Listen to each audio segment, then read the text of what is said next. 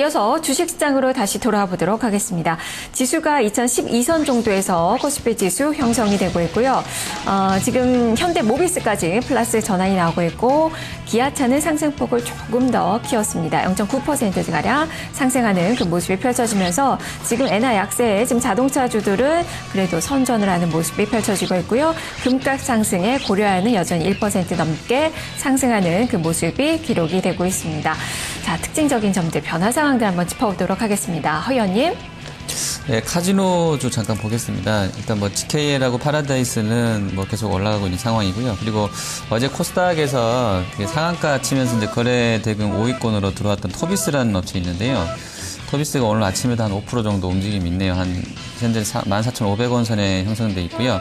코텍이 또 한 2.79% 정도 비슷한 일을 하는 것 같은데요. 같이 오릅니다. 그리고 강원랜드라든지 이런 쪽들도 강보합권 정도로 다른 쪽보다는 좀 양호하게 전개되고요. 조선주가 아무래도 삼성중공업 수주 모멘텀을 좀 오늘 받는 것 같은데요. 관련해서 좀 시세가 같이 확산되는 분위기입니다. 삼성중공업이 거의 한 3%까지 상승폭을 키워놨고요. 또 현대랑 대우조선도 플러스권 유지가 되고 있습니다. 네, 지금 운송 장비 쪽이 호전된 그 시세가 나오고 있는데요. 조선주들이 일제 삼성중공업 필두로 플러스로 전환되면서 지금 조선 기자재 쪽도 삼형엠텍, KSP 이런 종목군들, 태웅이나 현지소재 모두 플러스권으로 전환된 움직임이 같이 나타나고 있는 그 상황입니다. 그리고 어제도 좀 이슈가 많이 됐던 편의점 쪽을 한번 살펴보죠. 자, 최일종 전문가님, 이마트의 편의점 사업 이 본격 진출 소식에 오늘도 위축된 그 모습이 이어집니다. BGF 리테일, GS 리테일 이런 종목군들 오늘도 하락권인데요. 추가적인 하락을 좀 더 봐야 될까요? 네, 그렇습니다. 일단 시장에 이제 골목 상권이라고 이야기를 갖다 많이 하고 있는데 일단 수익성이 안 되기 때문에 이제 그런 이제 골목으로 이제 들어간다 이렇게 좀 이해를 하시면 될 것 같습니다. 그래서 경쟁이 좀 치열한 부분이 이제 이러한 유통 쪽이라든가 이런 쪽인데 일단 내수가 많이 침체가 되어 있습니다. 그래서 이제 주가적인 측면에서는 이슈적인 측면 이슈가 안 되는 이제 재료가 이제 최근 나온 재료가 되겠죠. 그래서 실적 부분이 계속해서 안 좋을 가능성이 있기 때문에 이런 부분에 대해서는 좀 부정적으로 봐야 된다 이렇게 보고 있습니다.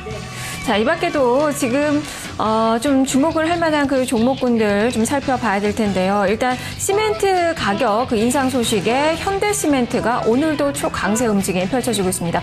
나머지 종목군들은 좀 다른 그 시세 흐름이 어제쯤 나타났었는데요.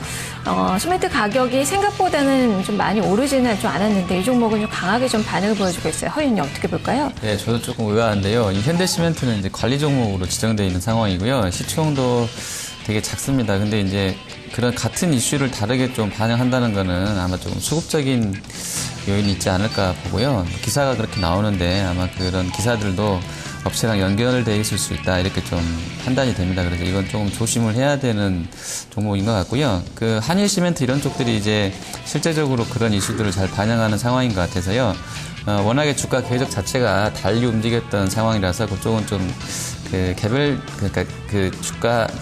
업체의 개별된 한정된 재료로 좀 해석을 해야 될 것 같습니다. 네. 자, 그리고 그룹주 측면에서는 지금 일진 그룹주들, 지금 일진 디스플레이가 지금 많이 오르죠. 3% 넘는 상승세가 펼쳐지는 가운데 일진 전기나 일진 홀딩스가 같이 오릅니다. 이래서 3%대 강세권의 움직임 기록이 되고 있는데요. 자, 이쪽 어떤 재료로 좀 움직이는 걸까요? 최일종 전문가님. 네, 그렇습니다. 일단 전반적으로 이제 일진 그룹주 같은 경우는 최근 들어 좀 많이 떨어졌습니다. 특히 오늘 좀 많이 올라가고 있는 종목 중에 이제 일진 디스플레이가 지금 3.5% 상승을 하고 있는데, 종목적인 측면에서 과거에 좀 부각이 됐다가 최근 들어가지고 이제 한 3개월 내로 해서 큰 폭으로 좀 떨어졌거든요.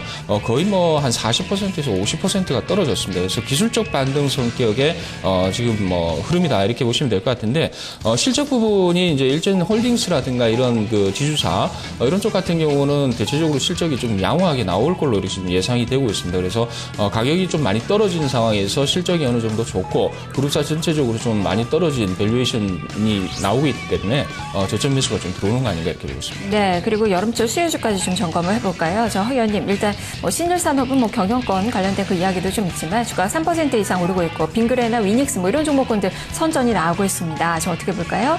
네, 위닉스는 일단은 실적 가이던스가 잘 안 나오더라고요. 제가 이제 보고 있는데 그만큼 이제 모르겠습니다. 주가가 너무 높아서 그런 건지 아니면 스몰캡 애널들이 일부러 업체가 안 줘서 그걸 못 찾아서 가이던스를 안 내는 건지 모르겠는데요. 어쨌든 지금 분위기로는 2분기도 상당히 잘 팔려서 좋을 것으로 전망은 되는데요. 주가가 일단 뭐 LG랑 삼성 쪽에서 계속 최근에 광고하고 해서 같이 이제 경쟁 치열해지게 되면서 좀 안 좋을 것이라는 우려는 좀 반영되는 것 같은데요. 실적은 개인적으로 봐서는 잘 나올 것 같습니다. 근데 지금 워낙에 주가가 많이 밀렸던 부분들은 그런 향후의 경쟁 우려를 좀 보고 있는 것 같고요. 그리고 이제 계절성으로 움직이는 종목군들은 항상 뭐 비 많이 오고 날씨 덥고 하면 움직였던 그런 쪽들은 좀 트레이딩성으로 매매하시는 게 맞는 것 같아요. 종목은 신인산업 같은 경우는 지금 말씀해 주신 것처럼 뭐 펀더멘탈보다는 또 일부 그런 뭐 M&A 이슈 때문에 좀 가고 있는 그런 상황이라서요.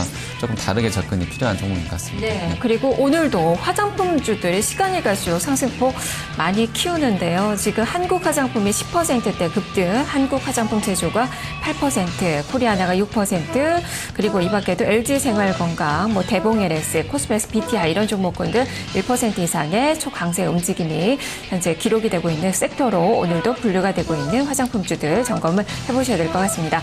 이 가운데 지금 코스닥 지수가 플러스권 반전이 나오고 있고요. 코스피 지수도 지금 낙폭 줄이면서 2010선 정도의 움직임이 기록이 되고 있는데요. 자, 어떤 섹터를 공략을 해봐야 될까요? 최일정 전문가님 어느 쪽을 보고 계십니까? 네, 그렇습니다. 일단 뭐 오늘 뭐 트레이딩 개념에서는 섹터로 이제 접근을 해야 된다 이렇게 보는 게 맞겠죠. 아무래도 이제 시장 전체적으로는 좀 무거우니까요.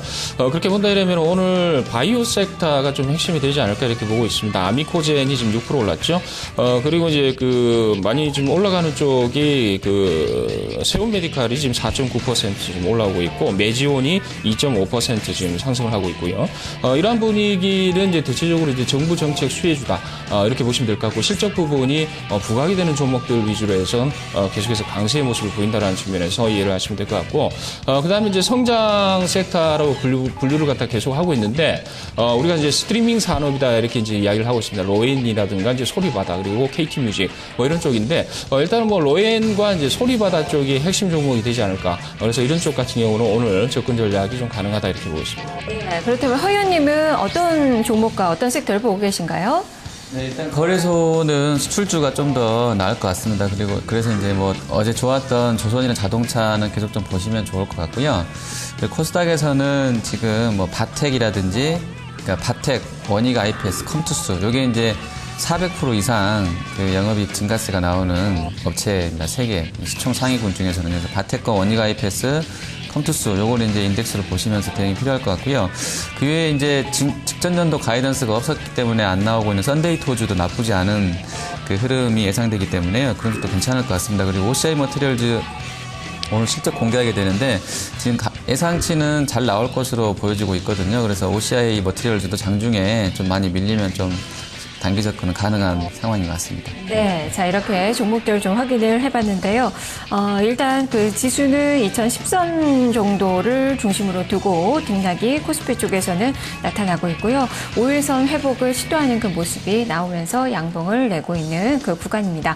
자, 오늘 장 포인트 다시 한번 정리를 해보도록 하겠습니다. 최일정 전문가님, 네. 2010선 부근에서의 매수 접근 전략을 주셨는데 지금이 매수의 타이밍이라고 좀 보고 계신가요? 자, 뭐 싸게 사면 좋죠. 근데 이제 2010포인트를 지지 좀 해줄 것 같습니다. 그래서 이제 종목적으로 봤을 때는 이제 이러한 핵심, 그동안 이제 부각이 됐던 핵심 종목들 있죠. 철강이라든가 화학 섹터라든가 뭐 이런 쪽, 전기전자 쪽에서는 이제 가전 쪽, LG전자, LG 이노텍이라든가 이제 디스플레이 뭐 이런 쪽이 될 것 같습니다. 그리고 하이닉스도 이제 포함을 시켜야겠죠.